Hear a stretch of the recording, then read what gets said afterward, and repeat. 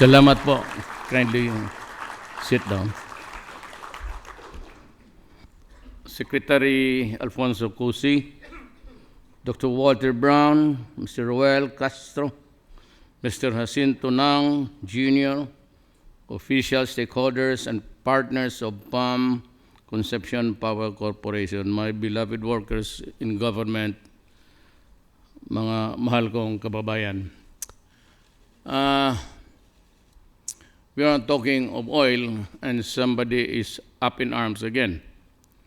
Ito yung mga, I do not mean environmentalist, mga ano lang yan, mga environ lang. Environ dito, environ noon, and refuse to understand the problem of how to run a country and how to develop it for the next generation. There is no doubt that noon pa yan whatever is really working on fossil fuel, talagang merong ano yan, hindi mawala. But you have to make also to consider us along the way in our course of civilization. We have improved tremendously the things that would harm mankind. Walang problema yan. And as I see, and we rely, I am not a technocrat, I am not a technician, I am just a plain lawyer. Yung nababasa ko dyan sa Time Magazine, Newsweek, whatever, is the source of good information. And the things that we have gone to protect planet Earth. The argument is, why don't you use the solar and the whatever? Kung nandyan, bakit hindi? I've been waiting for the enterprising youth to come to my city and offer these things about solar energy, about wind power. Ang problema sa wind power, nasa utak ng lahat ng mga gago dito sa Pilipinas, yun ang hamihangin. Yung sa labas, wala. You know, everybody is trying to be smart alike in this country, and we will just have to live with it. Coal is the cheapest, and probably if you use the modern technologies, the safest. I would not mention the place, but I was there somewhere in Mindanao, and nakita ko yung coal-powered plant nila. And it was working well. I could see the steam, it was white. So, medyo siguro parang clouds. Siguro magaling to, hindi madilim. And there was an aviary beside, and I could see that the birds there were as healthy as the human beings working there. So, wala sigurong problema dito. And you know what? In that place, ayaw ko lang magbanggit because ayaw ko mag-advertise, baka kompetensya ninyo. Wala kami nakita, pinamonitor ko about the cancer-related deaths. Sabi ko, you make study for the last, 10 years. Few. Wala ko na sa there's an epidemic of cancer. Wala talaga. Except that I really do not know, but it's a worldwide thing, including the climate change. Alam mo mang misgivings of climate change. Jose Rocos and even President Ramos criticized me for refusing at first. It was a cabinet decision. Hindi ako nag-decide. Sabi ko, let's put it to a vote. Ganito yan.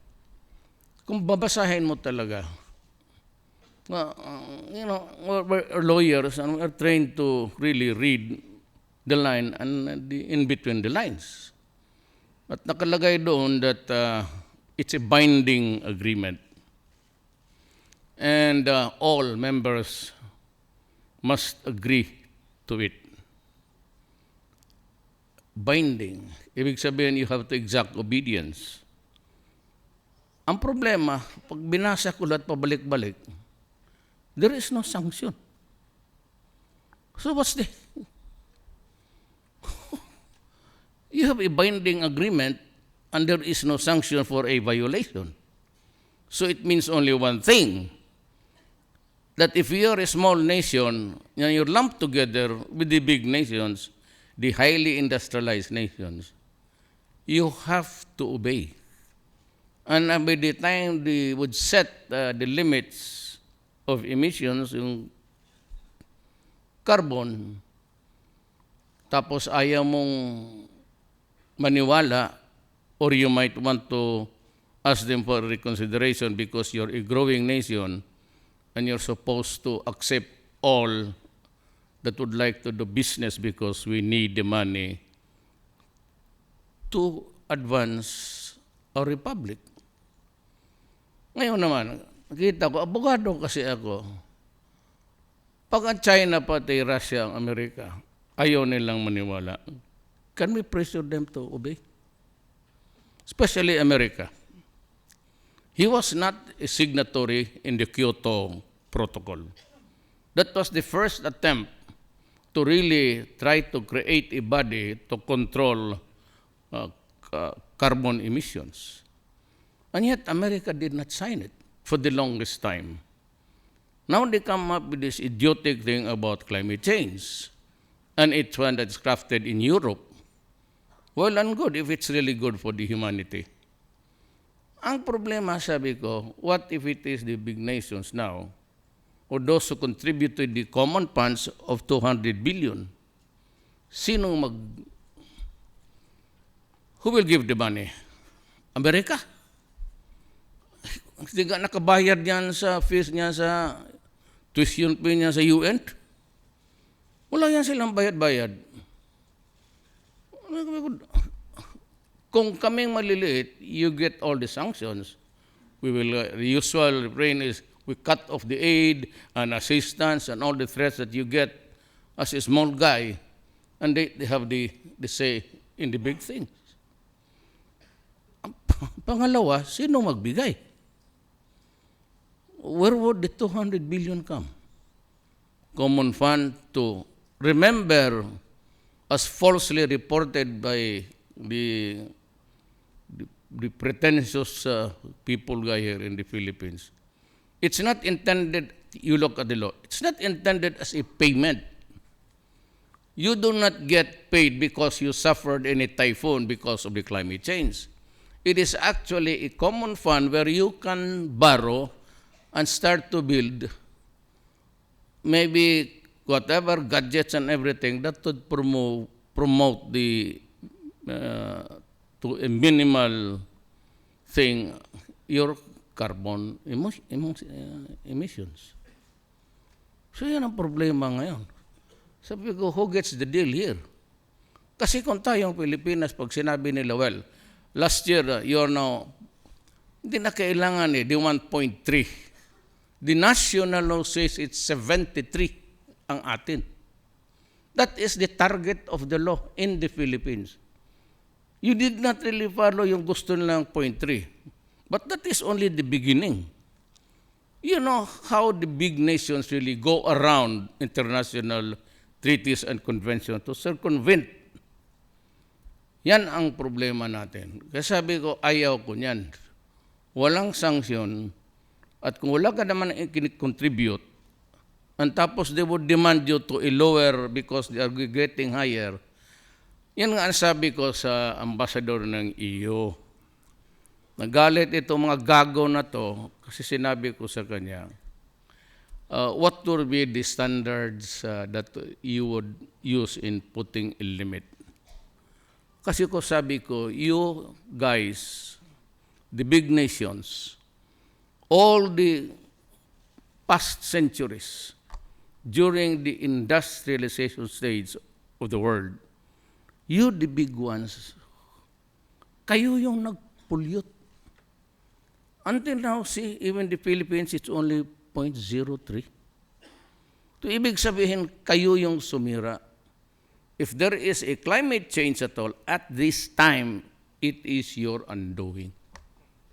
Hindi sa amin. Now, why would I be a member and you dictate the terms because you are the contributors of the common 200 billion na wala pang siguro. I don't think that even America would honor that. Itong America's known to ayaw magbayad.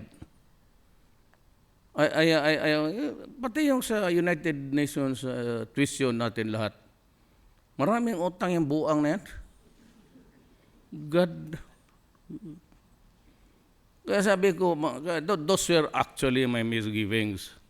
But you know how media is. I don't know what they want me to look and smell bad. No need, because I really look and smell bad. And my mouth is discourteous. Problema na ninyo yan. That's what it is. Yun ang ano ko. But we need the power plants to drive our economy. Kulang talaga. And if you're thinking also of the past days that you have to go into a shutdown or whatever, the brownouts, and yung dyan sa Davao, talagang pumayag ako because may shortfall of supply. And there was a time that we were suffering the whole day, and this cannot go on. So when it was proposed to me at first time, I said, okay, just make sure that my city will get enough supply to run us para magkaroon naman kami ng alibyo.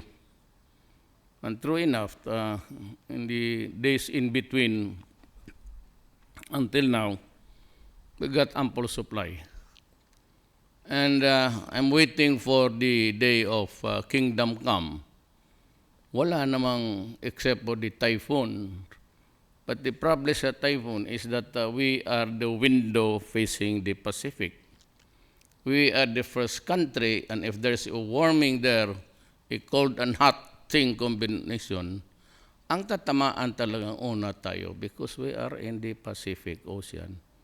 And we are I said, facing the first nation to be hit, aside from the Marianas and the Guam Islands. Tayo eh.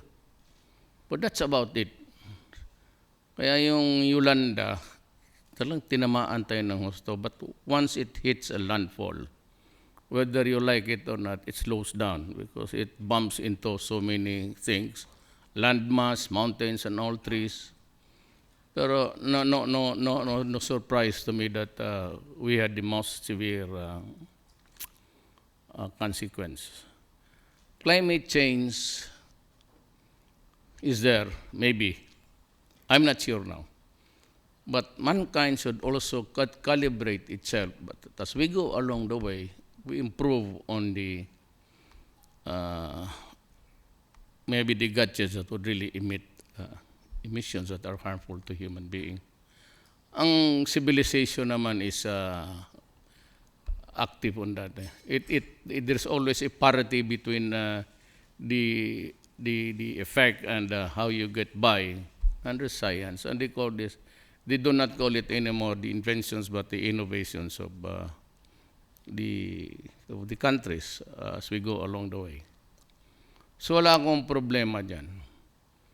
Ang latest rokos ko lang dito sa gobyerno with itong ERC, the Energy Regulatory ERC. Alam mo, I've been trying to look at yung opisina nila, ang gastos nila. At mas marami pa yung consultants anak ng ubos ang pera gobyerno nito. Milking karaming consultants ninyo. Saan palang utak nito mga gagong ito yung ba't pa kailangan ng hundreds of consultants to ubos ang pera natin ito? That was really one of my misgivings. Reviewing but I was just keeping quiet until pumutok yung may namatay. But mayroon na akong naririnig. No, look guys, if I cannot trust a body that regulates the prices, kung magkano ang bayaran ni Juan de la Cruz, makakaproblema tayo dyan. Kung may if you give me a hint about corruption, and definitely just owned by a few families or ruling families dito sa Pilipinas. Oligarchs, maybe not na inherited na ano, okay lang yan. But limitado dito, tapos kayo corrupt, I will not be comfortable. So, nakita ko yung sordid record ninyo plus the questionable decisions in the past. I demanded for their signature. Say, ayaw nila. Okay lang, good. Then I will ask Congress to abolish the positions. Then I'll just give it to the administrative body at first, then maybe we can, because it cannot be controlled by a department. It's a quasi-regulatory nga eh. It's a quasi-judicial body. Should not be under with anybody. We can recreate that immediately, maybe, before the year ends. But nawala na ako ng gana doon sa ginawa nila. And it was not done in a manner that would, hindi naman ako, I'm not against providing whatever, employment or enough money for this guy to make the day. But ang problema ko dyan is if there's an abuse of authority in these powers. So if I don't trust you anymore, I cannot. Tao yung nakataya dyan eh. It's the bulk of the humankind. Huwag na masyado yung mga mayaman, kaya niya yan. Problema yung mahirap, tapos nandiyan ka, tapos corrupt ka. Magkaka-problema tayo. Now, this climate change, I really don't know what would be the result at the end of the day.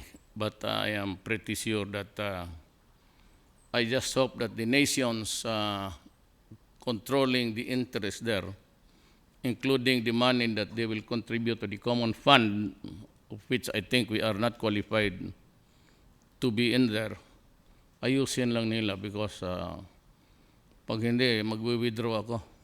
I'll be the first one. Kung ayaw ninyo, then, because I'm trying to develop my country, I've been inviting everybody who has expressed their sentiment to invest here. And I am also being requested by most of my cabinet technocrats na mag-industrial zones ka. And when it comes to E4, with the regulations of the whatever that climate change nila, magkakadiferensya ako dyan kasi ayaw ko talaga. Do not, because mabuti kayo. All those years, you're spewing a lot of poison in the air, na unbridled, unbothered. Nobody molested you because you were the kings at that time. And you were doing it for so many centuries. Coming dito, who'd want even just, not in parity, but just as near where the development is. Kung pigilan ninyo kami, awa yan. Awa yan. Kasi ako kailangan ko with 104 million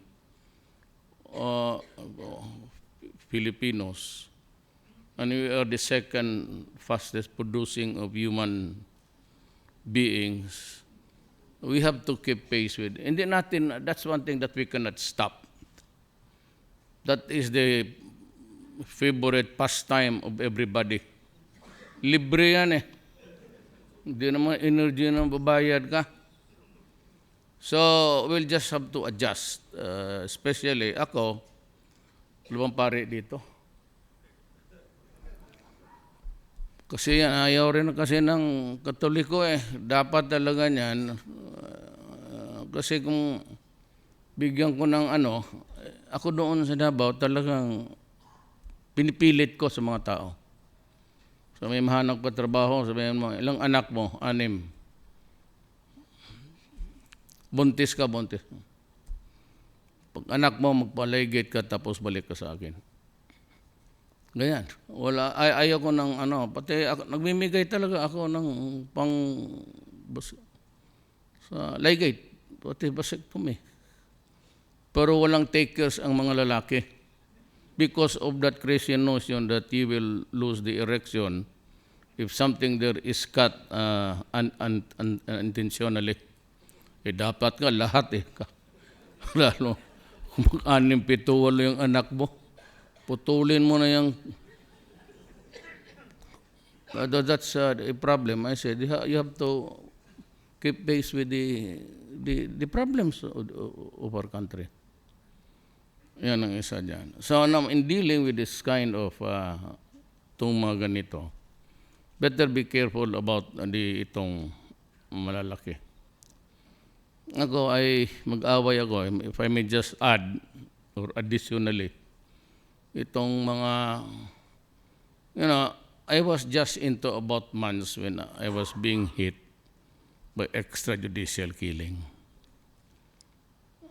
Meron talagang, politics. You would kindly remember that even weeks before I took my oath of office, marami ng patayan. And I told you during the campaign that there are a lot of generals involved.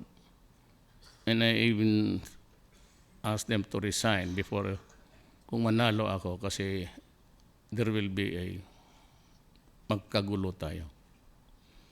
And so even before I became a president, there were already killings. They were really trying to purge everybody. May cleansing sila eh. It was not until after 2 months that we began the legitimate operations of the police. Yung mga encounters talaga. Yung nakita ninyo na binabalot ng we are not producing mummies in this country. Bakit balutin ko pa yan? Patay, barilin mo na lang sa ulo, iwanan mo. Well, these were the tortures and they were the one extracting information. Who knows that? Who knows where what? Yun yan sila. But too early itong Amerikano, first the Commission on Human Rights, tapos sindan ng mga State Department. Okay lang yan. When I was mayor, I was already known for, and I was investigated by, United Nations, no? There was a rapporteur, Philip Alston. Then a series of, yung asawa ni Samson, si Delilah.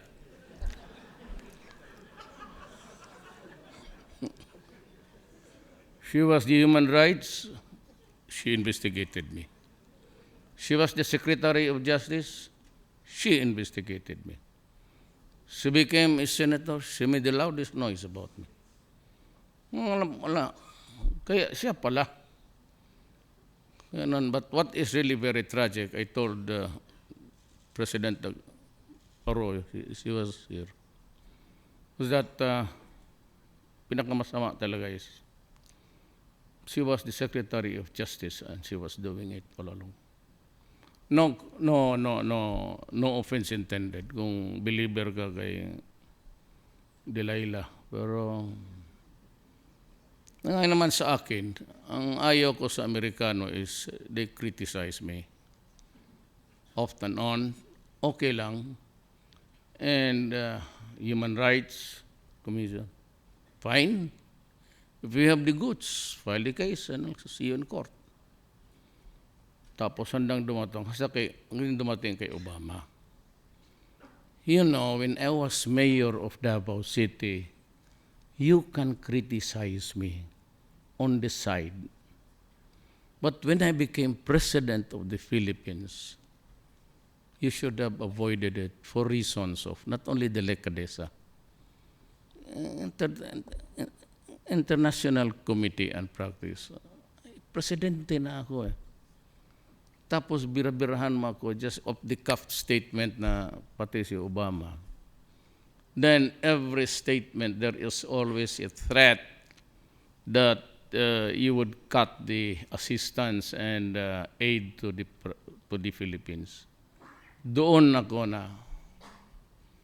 Kasi sinabi ko, hoy mga putang ina ninyo. There's a Visayan idiom, actually. I don't know if it's also patay gutom. So it just means that you're almost dead because you're hungry. Sabi ko, do not characterize. Every time na we're like dogs list on posts. At ganito lang kahaba yung tali, then you throw the bones or the bread. So the Filipino would be gagging just to get a bite of the food. Sabi ko, sumusobra na kayong mga putang ina kayo. At hindi ako, talagang putang ina sila. With the media. I don't give a shit. They were always robbing our dignity. I was, ganon ang bunga ako, but I was all along, early on, very subdued because ayaw ko magbinastos eh. Pero pag ginanon mo ako, sabi ko, do not do it to me. I will not take it sitting down. Kaya sabi ko, Obama, you can go to hell. Tapos ngayon sabi lang, ayaw lang magpabili ng baril. Bakit? Kayo lang ba marunong maggumawa ng baril? Sa Danao, marami. Paggawa na ako doon, or I'll go to Russia. Kasi kaibigan ko na si Putin eh. President Putin seldom, very seldom does he smile. Kung nagkaibigan kami, every time we shake hands, he smiles at me. Sabi ko, kaibigan ko na si Putin. And we have this agreement, wala God. Agreement na kung bili ako sa Russia, buy one, take one ako sa baril nila. Bali kayong lahat.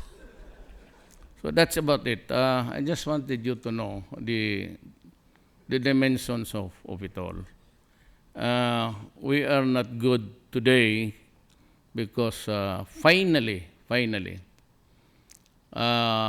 intelligence community advised me that ISIS has vitally connected with the group in the Philippines called the Mauti.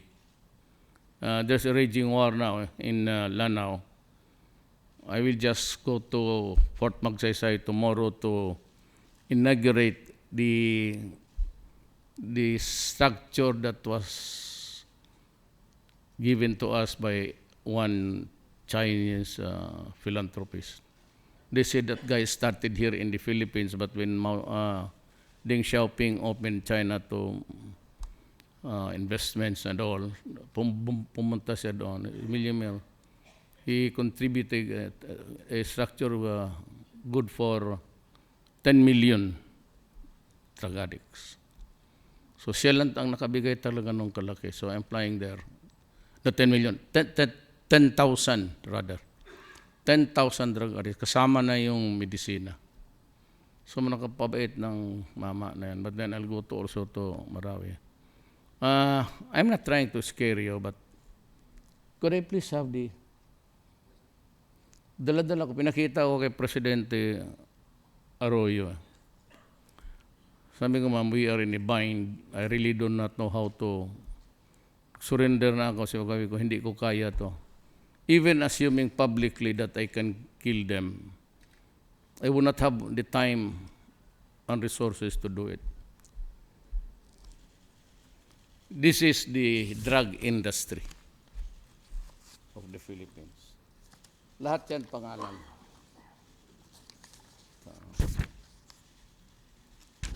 Ito, pangalan ito.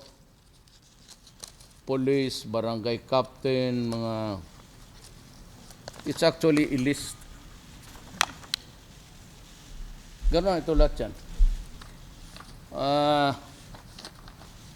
Hindi naman lahat yan kasi yung iba, because I was looking at the problem, ang standard ko kasi sa intelligence report was the standard of a lawyer.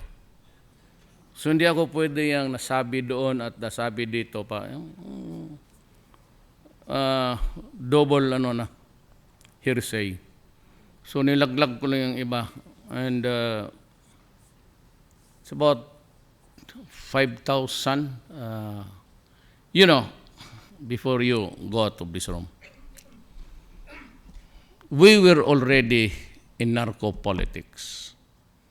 In fairness to the presidents, I would not want to zero in on what particular administration. But we were already a narco-politics state, given the so many thousands of policemen, municipal mayors, and mayors involved. Now, the portals of the national government to the contamination of narco-politics was opened by, sadly, Dilima. Siya yung unang napunta doon sa ano. And if you have time, you can order that book, Ion Grillo, Iongrillo. It's online. You can buy it siguro sa... It traces the history of how narco-politics swept the entire Latin America. How it led to the destruction sila Escobar. And if you can read the book, you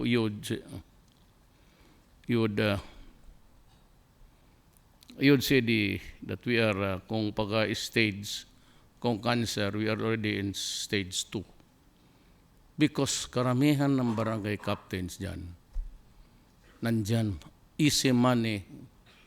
And had I acceded to an election this year for the barangay captains, we would have lost to the money of the drug industry. Ganong ka-delikado ang sabi ng human rights, pinapatay ko raw. Sabi ko, sige, maghinto tayo. Paramihin natin. Para pag panahon ng harvest tayo, mas marami na tuloy mamamatay. Isali ko na kayo. Kayo nang palaki. Well, I said, maybe, whether you supported me or not, I am your president. And I will never allow my country to be thrown to the dogs. That's the reason why they kept on pinning me, because I said when I was mayor, at kaya mga taga Davao alam na ninyan, I said, if you destroy my city with drugs, I will kill you. If you destroy the youth of my city, I will kill you. In the same manner that when I became president, I said, if you destroy my country, I will kill you. Make no doubt about it. If you destroy the generation of Filipinos coming up to replace us, I will kill you. Simple as that. Kung hindi maintindihan ng human rights, kung ganoon kayo kabugok, ay wala akong magawa para sa inyo.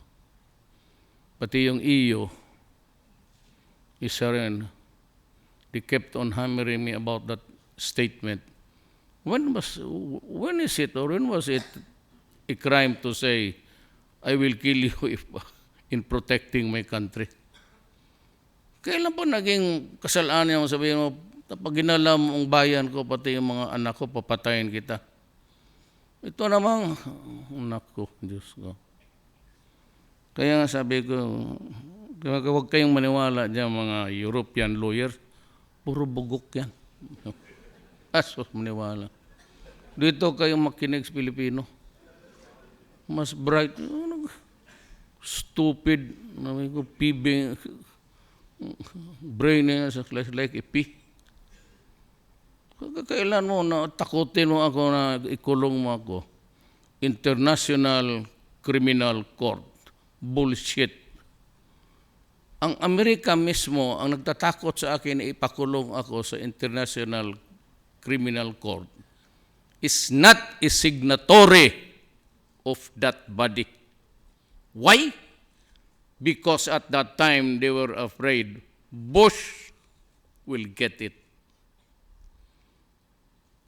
Tang mga ito, using a phrase of a charter or document na hindi naman sila signatory. Ito mo kagaguhan. Sabi ko na, gusto ko kayo murahin uli, pero wag na lang kasi I am before an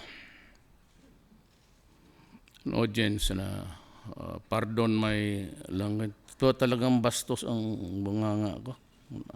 Nasanay ako pasensya na kayo. But next time, you might want to doon na tayo sa Vice President, magpa-sword ka, huwag na dito kay. Buti nga kayo mabait. The smile of Mona Lisa. So I'd like to congratulate PAM Corporation. Mr. Brown, you are as double the Filipino as you claim you are. You are a patriot. You have helped the country. Do not worry about pollution. It's always be there. It is up to our mankind to innovate and, come up with something, it's a good gadget that would compensate for all of these things. Because we cannot. For the life of me, we cannot abandon the sources of energy. Sun,